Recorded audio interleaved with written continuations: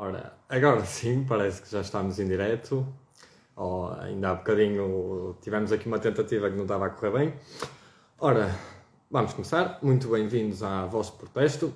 O meu nome é Domingos Carvalho, sou um jovem que, como muitos outros, de certeza que existem em Portugal, sentem que há motivos para protestar, há motivos de descontentamento e nós não podemos ficar calados porque todos temos uma voz e temos que a fazer ouvir, porque senão o nosso rumo não vai melhorar. Nós vamos nos tornar um país cada vez mais pobre, ainda mais endividado e com menos condições de vida. E, dito isto, e como o propósito do programa é aumentar o sentido crítico dos portugueses, assim como a sua literacia financeira, estamos aqui mais uma sexta-feira, mais um episódio da Voz de Protesto, e como sempre vamos começar pelas notas iniciais, onde hoje vamos falar da inflação em Portugal.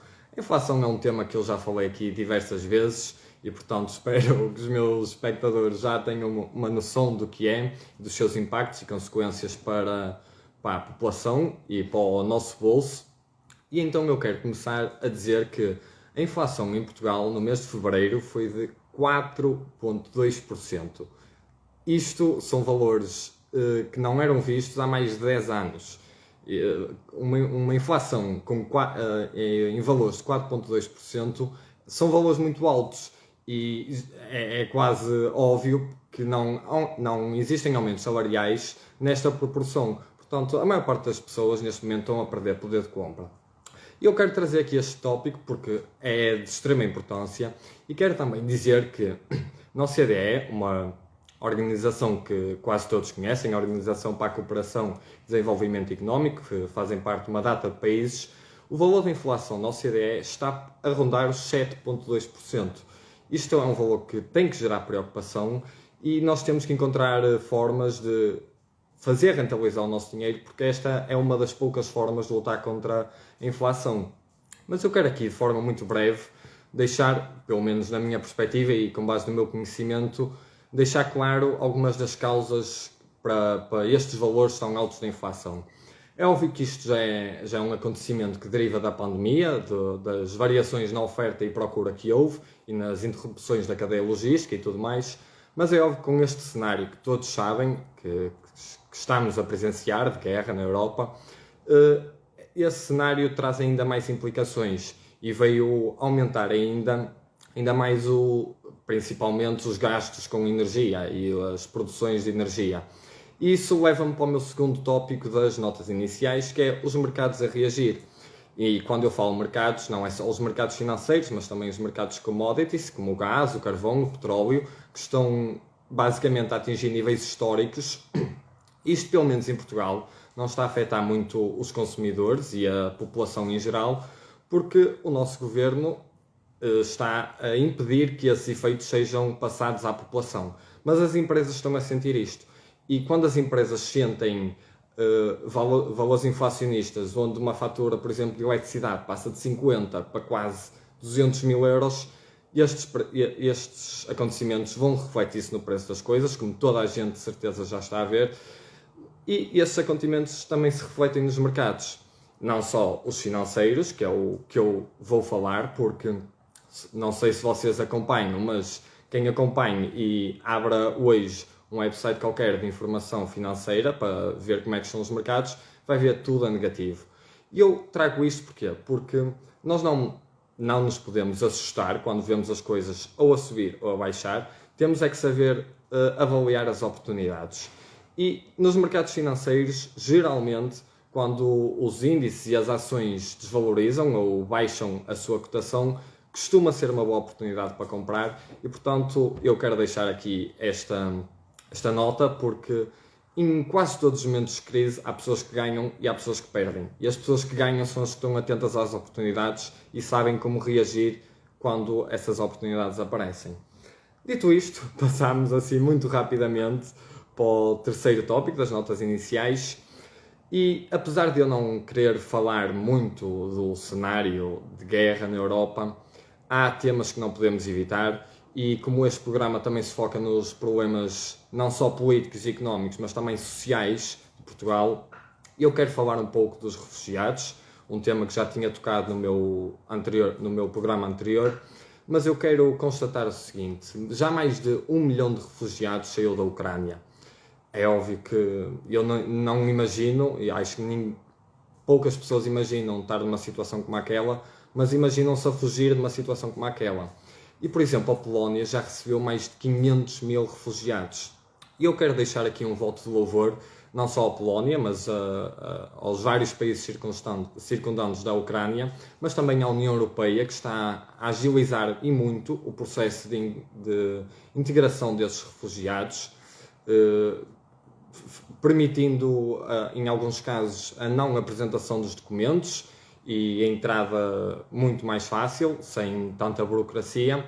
Mas eu quero deixar aqui uma pergunta que me acompanha há muito tempo, porque eu compreendo e claramente apoio que temos que apoiar os refugiados, e desculpem a redundância, mas há um limite para até onde os podemos apoiar, e a partir do ponto que começamos a dar mais, não é dar, mas a favorecer, a criar melhores condições para os refugiados, que às próprias pessoas e habitantes do nosso país, eu acho que entramos aqui num dilema ético, porque vamos tratar primeiro dos de fora, dos nossos, porque eu acho que para nós podermos ajudar, nós temos que estar bem.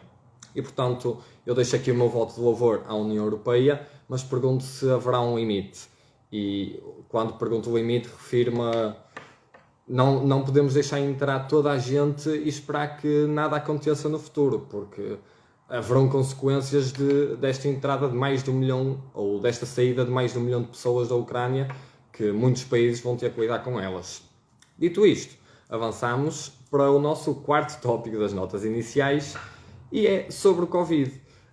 Com certeza muitos de vocês já repararam que pelo menos os noticiários, os telejornais já não abrem durante a primeira meia hora a falar de Covid.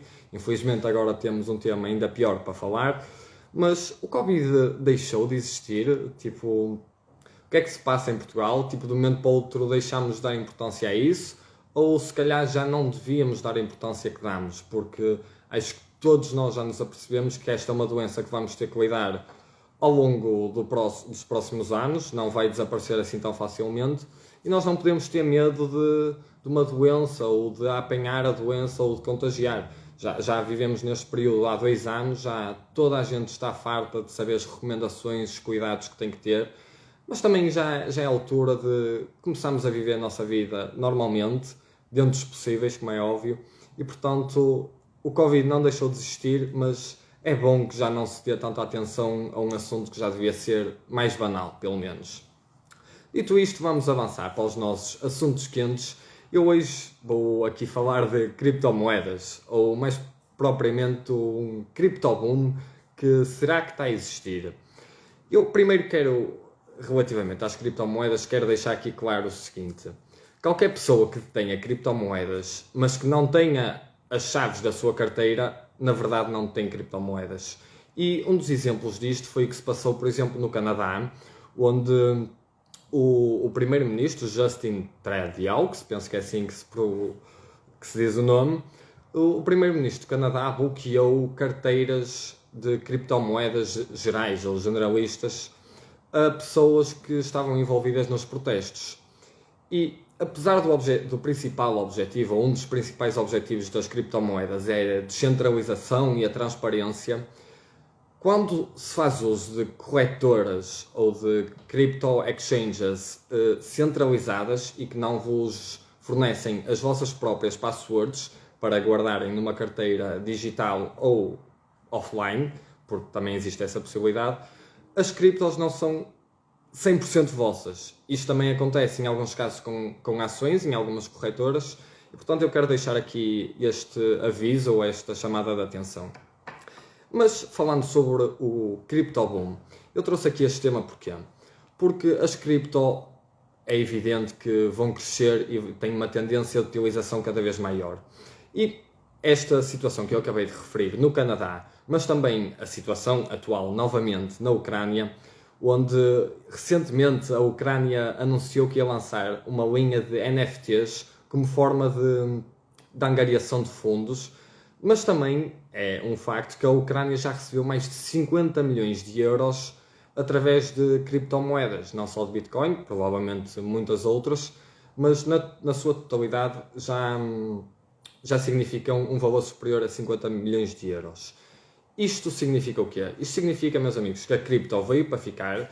Há países que já adaptaram as criptomoedas, nomeadamente o El Salvador, que adotou o Bitcoin como moeda oficial do país, e portanto nós temos que nos manter atentos às criptomoedas e ao seu progresso e também acompanhar as oportunidades que surgem, porque imaginem o seguinte exemplo: quando o Bitcoin estava a 60 mil dólares, toda a gente falava de Bitcoin, toda a gente queria comprar Bitcoin, mas agora que está mais barato, está a rondar os 30 e pouco mil, já não se ouve tanto a falar disso. Mas a sua utilidade não mudou. Aliás, a sua utilidade vai ser cada vez mais, ainda por cima com a criação de uma quantidade enorme de outras criptomoedas com diferentes utilidades e diferentes formas de funcionamento ainda mais eficientes que o Bitcoin. E, portanto, mais uma vez, é importante estar atento a estas oportunidades, porque as cripto vão fazer parte do nosso futuro, assim como o metaverso, os NFTs e toda uma série de inovação que advém da tecnologia de blockchain, e entre outras. E, portanto, está aqui o aviso feito, temos que nos manter atentos a estas tendências, porque o futuro é isto e nós temos que estar atentos ao futuro. Dito isto, vamos avançar e terminar este breve programa da Voz de Protesto com uma notícia que está um pouco relacionada com o primeiro tópico, que é a inflação em Portugal, e é o seguinte: o nosso estimado governo, nomeadamente o nosso Ministro das Finanças, João Leão, vem anunciar que o governo vai fornecer um auto-voucher para ajudar na subida dos combustíveis. Isto, para a maior parte das pessoas, quando se ouve a voucher ou algo dado, até pode parecer algo bom, mas se nós analisarmos bem esta situação, isto acho que chega ao ponto ridículo. Porquê?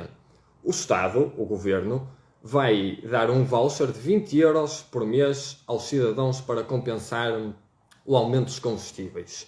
Ou seja, o Estado vai utilizar o dinheiro carregado através dos nossos impostos para nos ajudar a gastar menos dinheiro. Parece-me bem. O que me parecia muito melhor era reduzir em alguns dos impostos que o Estado aplica sobre os combustíveis, porque como a memória seletiva em Portugal, infelizmente, é muito frequente, nós, se calhar, esquecemos que mais de 60% do valor por litro de combustível é de impostos. E eu até fiz aqui uma pequena pesquisa para ver que impostos é que era, porque é óbvio que ninguém sabe os impostos todos que paga quando compra algo, mas no caso dos combustíveis, são 4 impostos, imaginem, e acumulativos. É o imposto de produtos petrolíferos, é as contribuições para a segurança rodoviária, é o imposto de emissões de CO2 e depois é o IVA por cima disto tudo. Estes impostos compõem 60% do preço que nós pagamos em Portugal. E perante isto, o nosso governo diz que nos vai dar um voucher de 20 euros. Eu acho que isto é ridículo, meus amigos. Eu acho que era muito mais simples se o governo cortasse metade dos impostos, por exemplo. Porque, e eu deixo aqui uma opinião que certamente muitos partilharão, o preço dos combustíveis não vai baixar num futuro próximo. O preço dos combustíveis tem uma tendência de subida, porque o objetivo com a sustentabilidade e os problemas do ambiente é reduzir o uso de combustíveis fósseis. E os combustíveis derivam de combustíveis fósseis. Portanto, o preço dos combustíveis não vai diminuir, mas o nosso governo, em vez de baixar os impostos sobre os combustíveis, porque quando nós ultrapassamos a fronteira, vamos ali à Espanha, o petróleo é o mesmo, mas o preço é muito mais barato. Porquê? Porque em Espanha não há 60% de imposto sobre os combustíveis, mas em Portugal há. Em Portugal, um povo que tem pouca literacia financeira fica contente em receber um voucher de 20 euros por mês para poder abastecer o seu carro e poupar 20 euros. Quando na realidade estes 20 euros são dinheiro que o Estado nos retirou em impostos.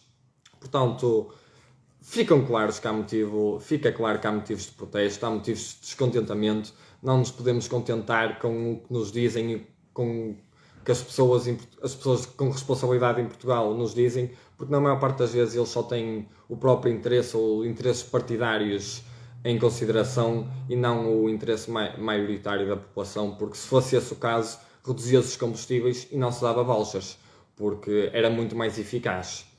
Portanto, meus amigos e caros espectadores, termina assim o programa da Voz de Protesto, mais um programa semanal da Voz de Protesto. Desejo a todos uma boa noite, desejo que a quem gosta do programa e acha que há motivos para protestar e há motivos de descontentamento possa partilhar o vídeo com amigos e colegas. E dito isto, ficamos por aqui. Muito obrigado a todos e uma boa noite.